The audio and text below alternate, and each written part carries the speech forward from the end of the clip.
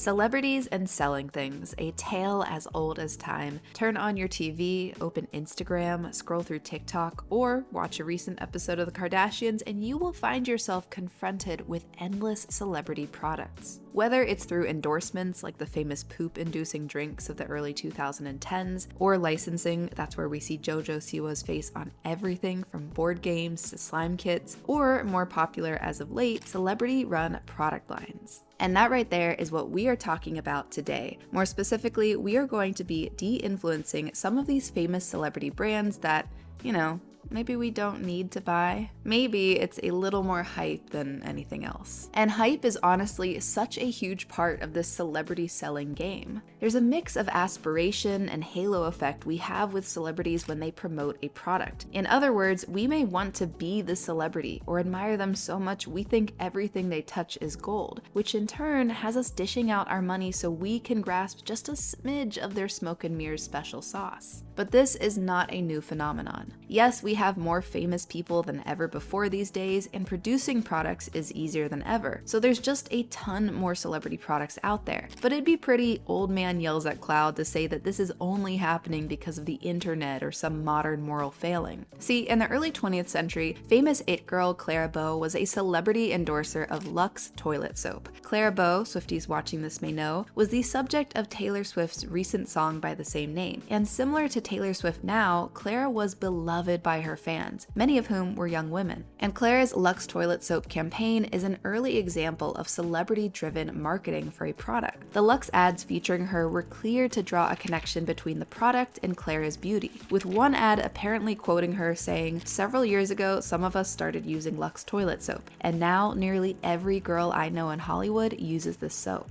Clara Bow, you influencer, you. I also need to share this other Lux toilet soap ad I found featuring Clara Bow because listen to this copy. Nowadays, a man doesn't even try to guess a woman's age. Women know so marvelously how to keep their fresh, young charm that is so irresistible. Yeah, not a fan of that. I am also not a big fan of the phrase toilet soap, so I'm very glad we dropped the toilet part of that off our soap marketing years ago.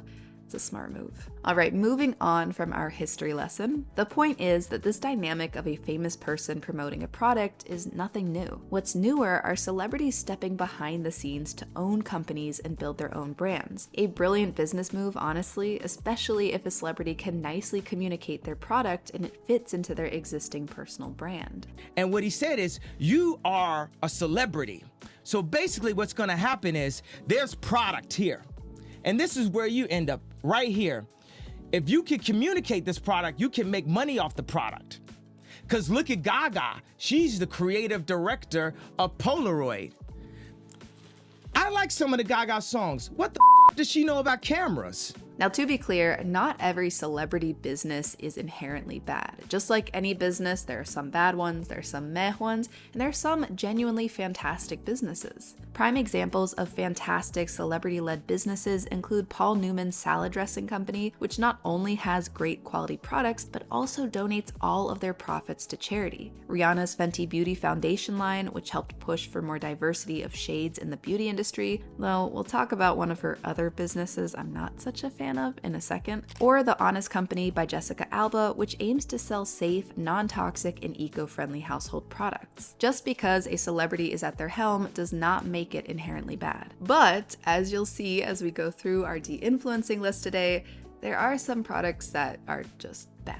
By the way, if you are new here, hi, I'm Cara, and I make videos on the intersection of money and media. I have a bunch of other de-influencing videos if you want to check out those in a playlist. A few of the past ones have been de-influencing for charity, just like this one. So if you're interested in also donating, there is a YouTube giving feature on this video for Save the Children. And the nice thing about using that is YouTube actually covers all of the transaction fees for those donations. So feel free to do that, or if not, no worries, and don't forget to subscribe. But okay, I think if we're going to be de-influencing celebrity products and brands, we need to dive into the deep end, the deep and goopy end. That's right, my friends. We are going with the Gwyneth Paltrow-led Goop. If you haven't heard of Goop, maybe count yourself lucky. You probably have a healthier relationship with pop culture than I do, but this wellness company is well known for some funky products, including two we're covering today. The first, brace yourself for this, A psychic vampire repellent spray. Yes, you heard me right, a psychic vampire repellent spray. This isn't some weird spin-off product from the Twilight franchise, though it could have been, because the supposed purpose of this repellent spray is to, quote, banish those soul suckers. Is there a person in your life who seems to drain the life right out of you? You just can't seem to get them out of your mind? You, my friend, are dealing with a psychic vampire. Spray this mist around your aura to evict them from your head and create a shield that they will not be able to penetrate. Honestly, if this had worked, I wish Bella Swan would have used this. Because 17 years old and in love with a 100-year-old dude who is a total buzzkill, amongst other things, not the move. I wanted more for her. But alas, obviously this spray doesn't work, or I should say I don't think it works, and nor does like the FDA. And at $40 a pop, this feels like an incredibly obvious money grab versus a mission to, quote, banish bad vibes. But if you do want to get rid of bad vibes from your life, I don't think that spraying rosewater mist is the way to go. Instead, things like learning to communicate boundaries, starting healthy habits, removing toxic influences from your life, that is the way to banish bad vibes. But I will give Gwyneth Paltrow one thing, despite her history of shady, sometimes harmful products that sit under the guise of health and wellness, and that is that Paltrow knows any publicity is good publicity. I am literally falling into that trap by talking about Goop right now, unfortunately. Paltrow even once told a Harvard business class that she can, quote, monetize those eyeballs. That mindset can potentially encourage scandal, outrage, and even lawsuits, something Goop is familiar with. In 2018, Goop was fined $145,000 in civil penalties for unsubstantiated marketing claims about their Jade Egg product, which happens to be our next item to de-influence. Not that we need to do a whole lot of de-influencing here, because the claims of the Jade Egg benefits are wild. The product is meant to go up a woman so that it can supposedly, quote, balance hormones, regulate menstrual cycles, prevent uterine prolapse, and increase bladder control. To be clear,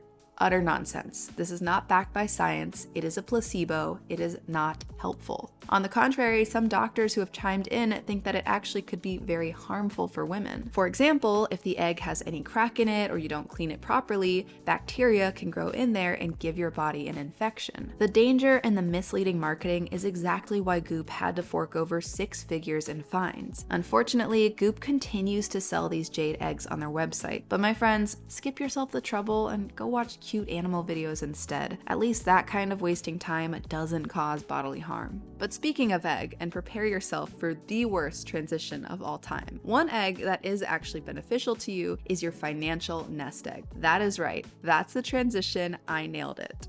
But seriously, your financial nest egg is essentially the sum of your savings and investments. But how do you know that you're making the right choices to help maximize your financial nest egg? Because let's face it, there are so many different routes out there, it can get really confusing on what to choose. But that is where today's sponsor, Playbook, comes in. Playbook is an app that helps you grow your money in a smart way, because making money is awesome, but knowing what to do once you have it, even better. For example, where do you start with making a financial plan for yourself? Or if you have a 401k, a brokerage, a Roth IRA, and company match for a 401k, which one should you put your money in first? And how do you incorporate life goals into this plan? These are the kinds of questions that Playbook answers to build you an airtight financial plan, minimize your taxes every year, and help you boost your net worth. If you want to figure out your next steps with investing, I highly recommend checking out Playbook. And right now, you can actually try Playbook for free with a 7-day free trial when you go to helloplaybook.com/Cara. That's helloplaybook.com/Cara, which I'll also link down below. Take control of your money and start growing it the smart way with Playbook. And thank you so much to Playbook for sponsoring today's video. All right, moving on from Goop, let's now cover a brand that many who are familiar with the influencer space will know, or if you just have a relative in middle school. And that is Prime Energy Drinks by KSI and Logan Paul. Prime Hydration first came on the scene in 2022, and their Prime Energy Drinks, iconic aesthetic, absolutely awful levels of caffeine. Obviously, your body, your choice, but personally, I don't think we need this much caffeine in our systems. And even more specifically, I don't think kids need that much caffeine in their systems. And it's kids that are an enormous part of Logan Paul and KSI's audience. Just guess how much caffeine is in one Prime energy drink. For reference, a can of Coca-Cola has 34 milligrams of caffeine in it, whereas Prime Energy has 200 milligrams of caffeine. That is about 6 times as much caffeine. Boom! 200 milligrams of caffeine! And again, if you're an adult, you do you, though since this is a de-influencing video, I would say seriously consider not having these drinks, because at the risk of sounding like a major lame-o, caffeine is a drug. It's actually the most popular drug in the world, and I know a lot of people who just feel awful when they don't have their daily spike of caffeine. And having energy drinks like Prime Energy may only exacerbate those issues. Personally, I think it's worth thinking about other ways to get energy, like a cold shower, a morning walk, a breakfast with protein in it. Or if you like things to sip on, there are way better options than something that apparently tastes like TV static and oversweetened candy. But my main issue with this one is that Logan Paul and KSI's audiences are so heavily skewed young. And as explained in this Healthline article, caffeine can negatively affect young people's developing neurologic and cardiovascular systems. So I feel gross about young people's role models selling products that can harm them. But I also understand that not all of Prime's products have caffeine, some are just hydration. But personally, I wish that they would have decided not to do the caffeine line, or at least put it under a separate brand umbrella. Either way though, I don't feel like we need to be buying energy drinks. I know that's controversial, but this is a de-influencing video. It just feels very early 2000s, and not in a good way. Speaking of the 2000s, the next company we are covering today is run by none other than the queen of 21st century music herself, Miss Rihanna Fenty. Rihanna has several brands at this point, like Fenty Beauty that I mentioned earlier, but I specifically want to talk about her lingerie company, Savage X Fenty. I'll admit it, I just don't think it's very cute, aesthetically or business practice-wise. I think it's a pass for me. For one, the clothing often looks cheap. Please don't hate me, Rihanna fans, I actually love her music, but the clothes give serious Shein or Forever 21 fast fashion vibes, and it feels like the spectacle around the marketing is meant to distract from that fact. Reviews of the brand seem to agree, with many saying the material ripped easily for them or didn't feel great. Not everyone's experience, to be clear, but enough that I'm not convinced it'd be the best buy. And the reason it looks so much like fast fashion is because it is. Savage X Fenty is constantly pumping out new styles for their monthly membership, playing up our love of micro trends and tendency to discard clothes after we've used them a few times. According to 2022's Fashion Accountability Report by Remake, Savage X Fenty received a score of 4 out of 150 points, having scored 0 in categories like traceability, wages and well-being, and environmental justice. As the Remake report writes, quote, "Given the company's continued linear growth trajectory and lack of supply chain transparency, Savage X Fenty may well be on its way to joining the industry's worst violators of both human rights and planetary boundaries." Eek. Bottom line is that we probably don't need that much lingerie that a new set needs to be delivered to us every month. And when we do buy them, just like any other clothing, I think it's better to invest in high quality items you'll use for a long time versus something that you're just going to use one off and then throw away. For that reason, plus the shady supply chain and the past consumer lawsuit for misleading consumers, I don't think that we need to be buying from Savage X Fenty anytime soon. And similar to Savage X Fenty's subscription model for monthly clothes, let's now turn our attention to our next victim of the de-influencing, and that is Kate Hudson's Fabletics. I actually think so many Fabletics sets are very cute, but I don't want to sign up for a subscription to buy new sets every single month. And not even getting them included, you just get discounted rates for the clothes, but you still have to pay $60 a month for the membership. $60! You could buy so much workout gear at TJ Maxx for the same amount. Or with Fabletics, you could be buying simply the privilege to buy their products at a slightly cheaper rate. I like working out, but I do not need this constant drip line of new exercise gear. I already have clothes that I use, and honestly, thrift stores these days have so many options for cute workout gear that is way cheaper than Fabletics. Just like with Savage X Fenty, the Fabletics model really lends itself to fast fashion and this feeling of buying something to wear a few times only to then discard it. With so many different options out there for workout gear, I say skip Fabletics. On to our next celebrity brand to de-influence, and that is Deadpool himself, Ryan Reynolds, and his Aviation Gin. Dude has a lot of companies out there, but I want to hone in specifically on his Aviation Gin line. He does tons of promos for this alcohol line, and I noticed during this research that male celebrities in particular flock to starting drink brands, whereas female celebrities tended to have more companies focused on beauty or clothing. But the alcohol space has seen such an influx in celebrities these days. Just to name a few, you've got Aviation Gin by Ryan Reynolds, Casamigos Tequila by George Clooney, 818 Tequila by Kendall Jenner, Hague Club Whiskey by David Beckham, and Indago Gin by Snoop Dogg. Always doing the side quests, that guy. With so many alcohol brands out there,